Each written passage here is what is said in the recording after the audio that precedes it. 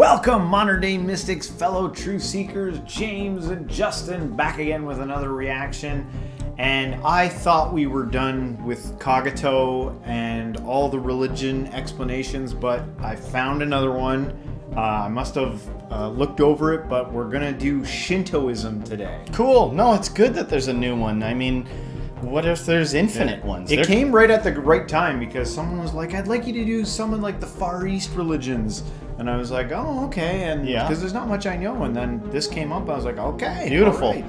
And I bet you could keep looking forever. You know, under every little rock, there's just, what the heck, a new religion? Who knew?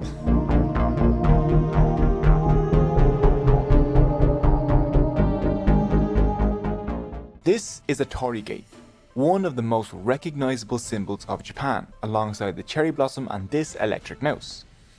Torii are also a sacred gateway in Shintoism, the indigenous religious practice of Japan. Even with an over 2,000-year history, Shinto has never been easy to define. The word Shinto wasn't even used much until the 17th century. But Shinto has its own shrines, priests, gods and rituals, everything you'd expect from a religion. But today, while over 80% of Japanese people participate in Shinto practices, only 3 to 4% identify themselves as believers in Shinto. And many Japanese people practice Shinto alongside Buddhism without any sense of contradiction. So, what is Shinto? Why are sumo wrestlers so salty? And what can the god of hair do for you? Well, let's find out.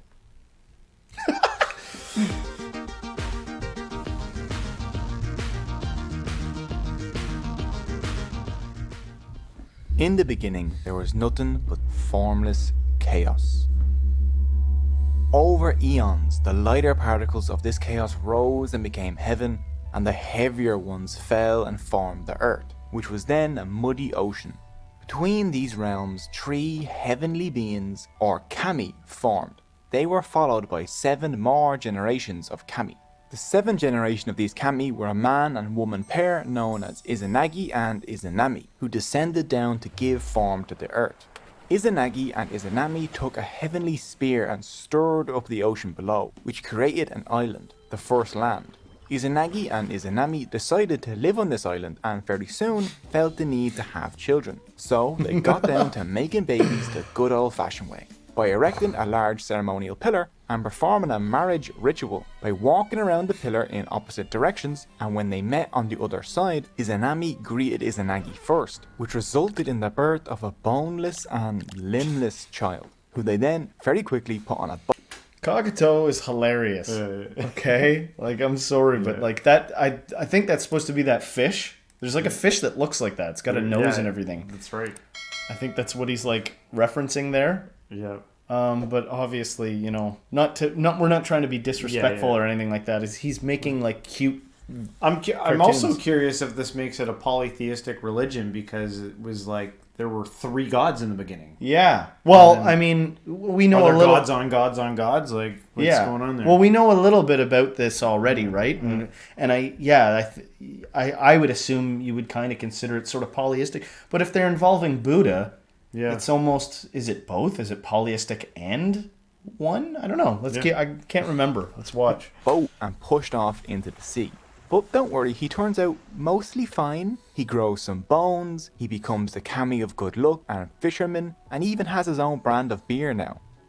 They decided to give the ritual another go, with Izanagi speaking first, and from this union the islands of Japan were born, along with more kami such as the kami of wind, the kami of mountains and the kami of grass. Finally, Izanami gave birth to the god of fire and died, because, well, she had just given birth to a baby made of fire. Izanagi, in his grief, killed the baby, cutting it up into pieces, which then became the volcanoes of Japan, and some other kami, like the dragon Watatsumi and the storm god and first sumo wrestler Takemekiruchi. Also at this point there was some human waste kind of just lying around, and from that some more kami were born, like the adorable clay kami couple Haniyasu Hiko and Haniyasu Hime. And obviously sad and lonely Izanagi wanted to see Izanami again, and so he descended to Yomi, the gloomy, polluted underworld. He found Izanami down there, and when he shone a light on her, he saw that his wife was a decaying, rotten corpse. Izanagi bolted, which enraged Izanami, who sent an army of demons after him. But as he escaped the underworld, he sealed the door with a giant boulder, protecting the living world from the world of death. The obviously furious Izanami cursed him and promised to kill 1,000 people a day in revenge. Izanagi promised to make sure that 1,500 people were born every day. Izanagi, covered in the pollution from the underworld, wanted to purify himself, so he found a river to perform misoyi, or purification. As he washed, kami were born from the clothes he took off, and from each part of his body that he washed. Finally, he washed his face. When he did this, he created the most important kami, called the 3 precious children. From washing his left eye came Amaterasu Omikami, kami of the sun. From washing his right eye came Tsukuyomi no Mikoto, kami of the moon.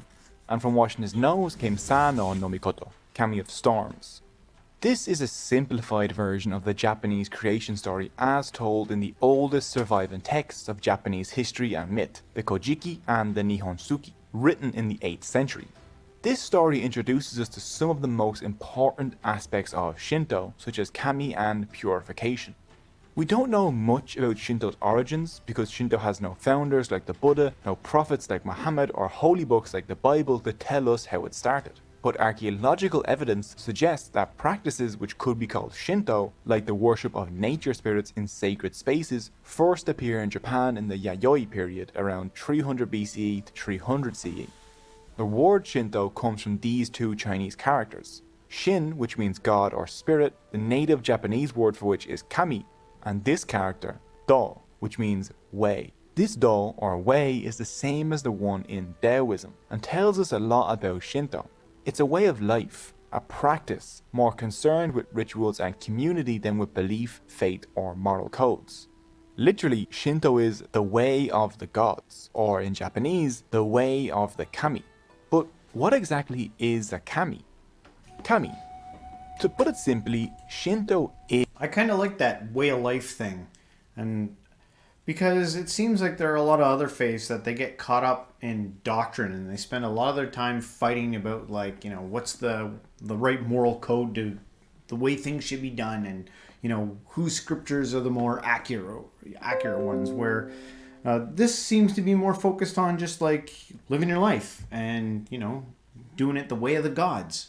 I don't know. To me, I hate the fighting, the constant debating, like the never-ending debate that gets pulled into things. Sometimes there's a difference between a debate and a discussion, right? Yeah. And so 2 people discussing, even a debate. I'm not going to say a debate's wrong, lest I moralize that you shouldn't debate. That becomes another thing saying you shouldn't do. I'm not saying it's not just a me thing. It could just be a me thing that I just don't like the fighting over stuff. Right.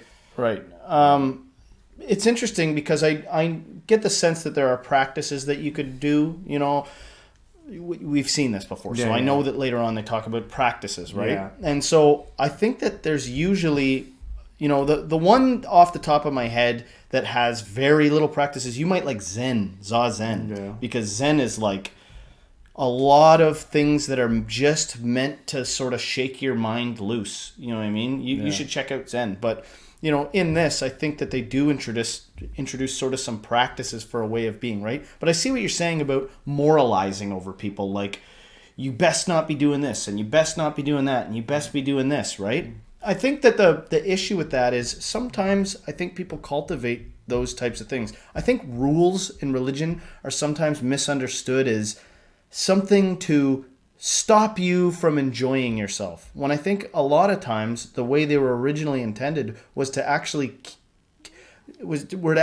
stoke something in you that's going to lead to like a better way of being. Yeah. And we also take for granted the fact that because of the ancient nature in some of these religions, that some of these rules, like obvious things, may not have existed. So what we might be saying are like the planting of actual structure, like that we take for granted. Oh, so yeah, I kind of get that aspect. It's the legalese, like where it becomes like obsessive compulsive, where it's like, a rule on top of a rule on top of a rule, Right. But I think that all has to do with process, right? Yeah. Because let's say, for instance, I'm like, you can't eat pork.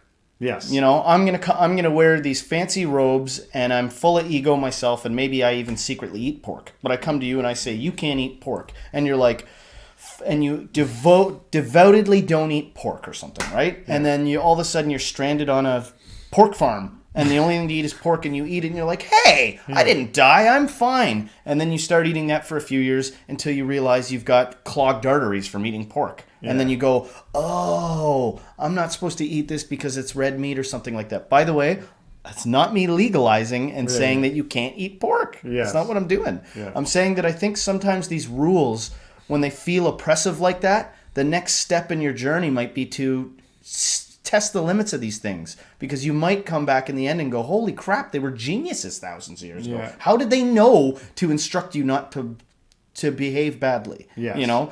I thought it was so that they could do something. I think that can happen. And then the other thing I was going to say is, just as a fun fact about this, the kami, this is a weird synchronicity. This is a shirt from an animator named Umami, and one of the characters in his animation is called Kami. And it's like this robotic god thing. But anyway, I just thought that was a weird synchronicity. Go check out Umami, by the way. He's good. Is the worship of Kami. The typical translation of Kami into English is God or deity, but that's not a great translation. Kami can be spirits of the landscape, forces of nature, and the spirits of dead ancestors. Anything in this world that fills you with a sense of wonder or awe can be a Kami. It isn't difficult to see how the ancient Japanese, living in a wondrous world of massive live volcanoes, surging rivers, powerful waterfalls, and vast forests, felt that they lived in a world that was fully alive and aware and inhabited by Kami. In Shinto, the physical world itself is sacred, worthy of respect, and you can have a relationship with it. So Kami can be godlike, such as the sun goddess Amaterasu, but the concept also extends to other natural phenomena like mountains, rains, foxes, and earthquakes. Smallpox has a Kami, and so does fertility, and growth, and rice, and even hair has its own humble Kami. In Shinto, there is no one all-powerful god, and instead the universe is watched over by the harmonious cooperation of the Kami who live in this world alongside humans, and generally want them to be happy and prosperous. It's a cycle of reciprocity. Humans respect the Kami, and the Kami take care of the humans. Kamis are expressions of musubi, which is the creative energy of the universe, and also a kind of spam-based sushi. But the spiritual, non-spam-based musubi literally means to unite. It ties everyone and everything in the universe together, and so everything is interconnected. The landscape, nature, the Kami, humans, all of them are considered to be always growing in the process of creation. I was just continuing thinking about your point there about the ancient nature of these. Yeah. And, it is kind of interesting. Like, what would happen if all of the world's religions books were like incinerated and we had to start from zero? Like, you'd start a new religion, right? Like, say all of human history was wiped out and we had to start from the beginning. It'd be interesting to see the types of religions that would grow. You know what I mean? And I think I'm just trying to reiterate the point you were making about, imagine trying to understand the universe, right? And one way you do it is to like say, okay, well, that mountain is it's different than everything else here. So it holds some significance. It holds some meaning. We're going to call it this, and we're going to develop a story around it. And like you said, it's sort of the building blocks of psychology. It's like from that we build upwards to all that. And in this way, I mean, it doesn't unvalue it. Like, it doesn't devalue it. Yeah. It means that you want to understand some deep things about humanity, go all the way back to our most ancient of religions and look at the way they found meaning in things. It probably indicates something to you. You know, it also would be an amazing experiment. Like, I don't know if it would be possible to do this, but if you could find an isolated people and just give them the book and see what they do with it, versus because a lot of people believe that there's like supernatural influence through, like God speaks through the scripture, right? I'm like, okay, you believe that, and you've all come up with like your structure and how you think. Now let's give it to some people with no outside influence and see what happens. Let's see what they do with it. Right. That'd It's so be interesting. So to see many what things happens. play a factor. Like the day and age you're in plays a factor. Yeah. You know, what happens when egos get a hold of something and lord it. You might, and by the way, I just want to reiterate, I am not saying don't eat pork. So if that came across, that's not what I mean. I'm not saying that it's going to clog your arteries. I hope not ever. Nobody's arteries ever clogged from pork. It was what I would hope, and hope manifests. But what I'm saying is, it would be amazing. I just picked that as a thing. I'm saying, imagine a wise sage that has what typical wise sages have, which is some ability to see things a little bit differently for the people. You know, that's like maybe their role in society. And I can imagine oftentimes them alleviating people, because there are instances when people do become too legalistic, right? Yeah. People with strong egos get a hold of a rule book and they lord it over people. They beat them over the head with it.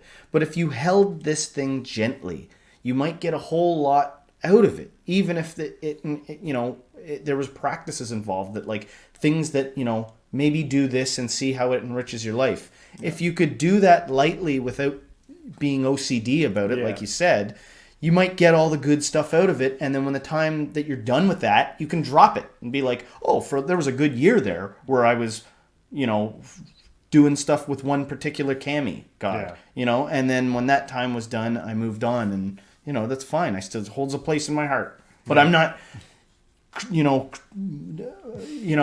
asymmetrically balanced in my life now from overdoing it. Kami are not all powerful or all knowing, and are invisible and immaterial, but they can live inside certain objects in shrines. Kami can also have personalities. They can be beneficial or malevolent, and you can interact with them. This communication comes in the form of prayer and offering sacrifices such as food. The Japanese worship of Kami is a way to maintain a sacred relationship with their surroundings.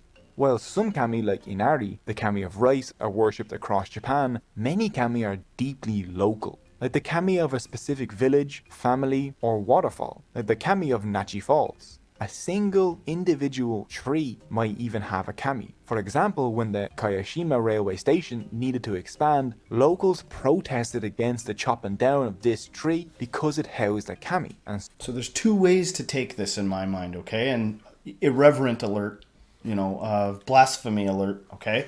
One way is, that's amazing that they have that kind of reverence, and that they, as if, sophisticated technological people still were like, we're not chopping that tree down. We'll build the machine around it. Yeah. That's cool in one sense, right? Yeah. But on another side of it, it's like, I hope that it wasn't like, and 3 people died making sure that was preserved. You know what I mean? Like, it was a huge undertaking, and a lot of people lost sleep, and it was like a problem. Yeah. What happens when your spiritual practice becomes, gets in the way, is all I'm saying. How loosely can you hold something? Or if it's no big deal, it's like, you don't need to worry about that, because it's fine. Well, but it also makes me feel like, was the tree sitting surrounded by a desert? What else got massacred around that tree? But it's because this tree had Kami, right? Okay. And there's some more things that come up later that you'll see for yourselves that I think is neat when you do this. By the way, I'm pro keeping the tree. I'm pro making things sacred that this religion seems to be part of. But at the same time, I just want to not lose track of your point of, is it enriching you or is it hindering you? When the time comes where it's like, this giant branches are falling off this thing and falling on the tracks. It's causing, could they cut it down? Or would it be like, absolutely, we'll build a new subway before we cut that tree down? And in which case, I still can't say boo about it. Maybe that's still right, to keep that thing right to the end. It does something when you devote yourself to something. When you decide this is special, there are still things to be gleaned from that. Yeah. But who are you? The question is, does this religion leave room for people that are like, I only do half of it? It's amazing that it's still preserved. I'm looking at the image on the screen, and it shows like an escalator going down right beside it. So where are the roots going? Yeah. But anyway. So the station had to be built around it. Failing to perform the correct rituals or disrespecting kami can lead to punishment called shinbatsu, usually in the form of illness. Most kami are good, but some kami, like the Magatsuhi no Kami, the kami of disaster, are essentially destructive and cause misfortune. But luckily, Naobi no Kami, the kami of undisaster, is tasked with cleaning up after Magatsuhi no Kami's destruction. There are also the yokai, weird and wonderful, mischievous monsters that pop up in Japanese mythology. These can range from terrifying, soul-devouring demons down to the tofu kozu, a baby with a massive head that follows you around, constantly offering you tofu. There are said to be 8 million kami, which is just the Japanese way of saying an uncountable amount. Certain important humans can be considered kami both before and after death, like Tenjin, a 10th century scholar who was so smart that he became the kami of academics after dying, and who worried students will pray to for luck in passing exams. Or like the Emperor of Japan, who from the Meiji period was considered a living kami until renouncing his divinity after Japan's surrender in the Second World War. Purity. If anything can be called the central ritual of Shinto, it is purification. Referred to in general as harai, the purpose of purification is to remove spiritual pollution, which is called tsumi or kegarai. This pollution is anything that separates someone from the creative musubi nature of all kami. Kegarai polluters include things like death, disease, filth, and blood, while tsumi involves actions like crime, murder, disrespecting your parents, and not smickety smashing the lickety like button. Pollution is only temporary in Shinto, and humans are not considered naturally impure, so it's not like sin in other religions. Shinto doesn't actually preach any ethics, and it has no reward-based heaven or punishment-based hell. In Shinto, nature is inherently good, and impurity is an abnormality that can be cleansed with a ritual. Impurity must be removed before interacting with a kami in rituals or prayer. That's why at the entrance of almost all Shinto shrines, you'll see a tank of water with wooden ladles. People use this to perform a form of harai called timizu. You wash your left hand, then your right hand, and then you pour water into your hand and use that to rinse out your mouth. Don't drink from the ladle, and for the love of Amaterasu, don't spit the water back into the basin. Spit it on the floor. More extreme versions of harai are called misoyi. Misoyi includes bathing in the ocean or even standing under a waterfall. Harai can also be performed with salt. In that case, it's called shubatsu. You can see this purification happen at the beginning of a sumo match, when the salt is spread around the ring to keep out impurity.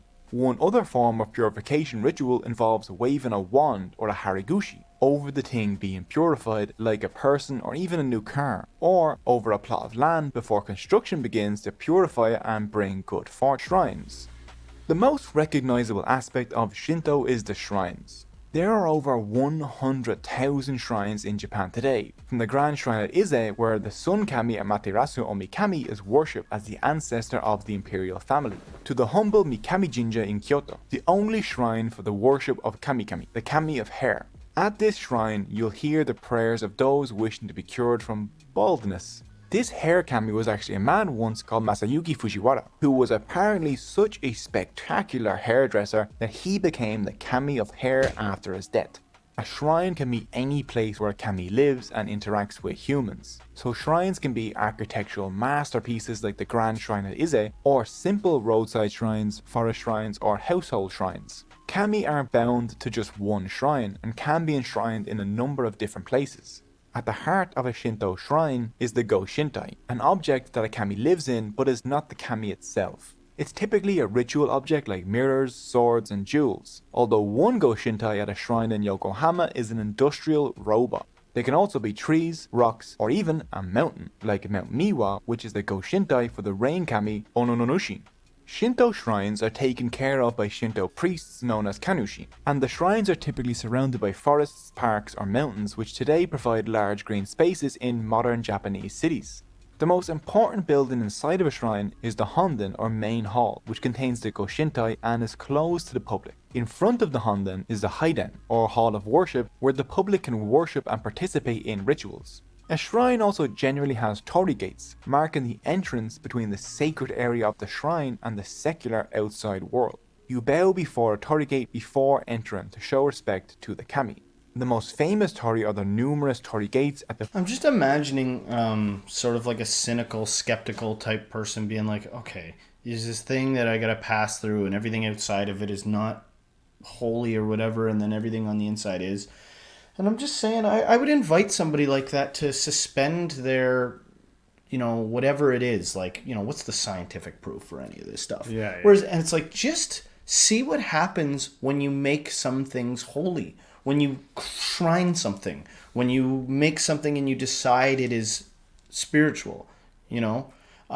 Just give that a try and suspend your disbelief, and also don't expect something crazy either. Don't be like, fine, I'll only do this if it fills my pocketbook. Yet again, I reiterate, first things first in life. If your needs are not met, get your needs met with logic, and it doesn't mean you can't be spiritual. You can even supplicate before God or do whatever it is. That's fine. But if you're ready to enter into a new phase, like I'm ready to expand beyond the first religion I believe and try out some other religions, or try harder to understand truth, in your picking and trying things out, hold back your skepticism and hold back your need for it to be something too, and just run the experiment. Because I think then you enter into the realm of creativity. Now it's like, this has inspired me. I'm going to go home and make some of my own shrines. I'm going to incorporate a little bit of this. That's a good religion. Allow something new into your life. Allowing something new in your life can open up a whole new world. Things that you may not have been thinking about before, man. Mm-hmm. Who knows? Some synchronicity might take place as you do that, and snap something in your brain that speaks to you in a way that you've never been spoken to before. Right, because that's how newness, how else is thinking outside the box or newness supposed to go in? And by the way, this isn't a call to go feverishly buy a bunch of stuff from any religion, go home and get cracking. I'm saying the reality will offer you opportunities in your day to be walking by and be like, holy crap, I can't believe I never would have noticed one of those doorway things before. I'm going to go over there and just kind of do a thing and show my reverence to it. Or, I happen to notice a Buddha statue. I'm going to buy, I got a little money in my pocket. I'm going to take it home, or I'm going to draw a picture of a Buddha and see what happens. Mm-hmm. I think it's a matter of being open to seeing what the hubbub is about and not assuming you know what it is. This is just ancient stuff that's done. Every part of this thing, there's an argument to be made that every little piece of this reality can be magical and, mystical. The Fushime Inari Taisha, the main shrine of the rice kami Inari. Now, you only have to bow at the first torii gate, because otherwise you would just never get to the shrine. A shrine may be missing any of these features though. For example, Omiwa Jinja at Mount Miwa has no honden, since the mountain itself is the Go Shintai. This is the most ancient form of shrine, built to worship the natural world itself. At a shrine you may see a rock or tree, or even the shrine itself, surrounded by a ritual rope called the Shimenawa. The Shimenawa encircles sacred space, keeps it pure, and wards off evil spirits. A Shimenawa is worn by sumo wrestlers of the highest rank, as they are considered to be a Yorishiro, a vessel capable of housing a kami and becoming a Go Shintai. Shinto shrines are all accepting, and so anyone can visit. When visiting a shrine, you first walk through a torii gate, you then proceed to the Kyosubachi to do the Temizu purification of the hands and mouth. To worship the kami, you throw a coin, usually a 5 yen coin, into the offering box. Then you bow twice, then you clap twice, then you say a prayer, followed by another bow to thank the kami. After your prayer, you can purchase an amulet or a charm for good luck, or even an omikuji, a piece of paper that is kind of like a fortune lottery that contains good or bad fortunes concerning things like health. I just want to say something quick about can you imagine if you came across your town weirdo or something like that? And that's putting it meanly. I would be into what I'm about to say. But imagine you came across somebody that collected a bunch of supplies from the nearest dollar store and were like, I built my own religion. Check out these little things. I made little fortune cards and I hand them out. I've always liked novel things like that. And, that's often the person in school who kind of gets ostracized and looked at sort of funny. But just imagine somebody that's willing to let their imagination run wild. And then they're like, that's what I do. I make little cards with fortunes on them. They're always positive because I always hated the idea of having a possibility of a negative fortune. So they're all good. And then I hand them out and I make these little statues. I call this guy this. we do that for fun sometimes. Like, people will make fan art Pokemons. Yeah. But it's like, imagine you took it a little step further and be like, I blessed this thing. Yeah. You know, it's in a capitalist culture, it would be a hard sell for people to be like, why would I waste my time with this? Does it make money? You know, does this trinket you gave me make money? Well, that's just the thing. It would probably turn into something corrupt, like a money-making thing, or like, this guy gives out the positive cards and blesses them. But you can get, 10 for $5. Right, but try to refrain from letting it become something corrupt, and see if just maybe some magic can happen when you engage in creativity. Business and marriage. You'll see leftover ones hanging from trees at shrines, as people will leave behind omikuji with bad predictions as a way to leave that fortune in the hands of the kami. Festivals. Shrines are also the center of matsuri, or festivals. At matsuri, you might see purifications, prayers, and food offerings called shinzen, and cheerful community activities like the makoshi, where the kami is literally carried around the community, sometimes even being carried into the ocean as an act of purification. You might also see contests like sumo, horse archery, and traditional performances like the kagura dance or no theater. One large matsuri is the Hatsumode, the first visit to a Shinto shrine or Buddhist shrine on Japanese New Year, typically between the 1st and 3rd of January. It is estimated that up to 80% of Japanese people take part in this festival. Some people even travel through the night in order to be at the shrine as New Year begins, or to view the sunrise from a mountaintop shrine. Festival goers enjoy the trip with family, friends, they eat seasonal foods, drink sake, and return old amulets for ritual burning and buy new amulets for the new year. A much smaller but equally interesting festival is the Nakisumo, or Crying Sumo Festival, held in May, where two enormous sumo wrestlers rock tiny babies in their arms, the winner being the one whose baby cries first. The babies then receive blessings for good health and fortune. For most of its history, Japan has been an archipelago of belief, with heavy influence from across East Asia. One of the largest impacts of Chinese influence was the introduction of Buddhism to Japan around the 6th century CE. Buddhism and Shinto essentially fused together over the 1,000 years after Buddhism entered Japan, in a process called Shimbutsu Shugo. Shinto shrines and Buddhist temples were normally built alongside each other. Kami were taken up into the Buddhist worldview, and Buddhas were considered to be kami. This mixture of Japanese belief and general East Asian beliefs can be seen in this statement from the Edo period. It is each man's duty to believe in the kami, the Buddha, and the teachings of Confucius. For the majority of its history, Shinto was not an organized religion, but was instead the folk religion of Japan that was practiced with great diversity across the islands, alongside Buddhism and other beliefs. Starting in the 17th century, some thinkers began to want to go back to a hypothetical pure Japanese culture. They referred to this study of Japaneseness as kokugaku, or national studies. The kokugaku scholars wanted to try and remove all non-Japanese influence from Japanese culture.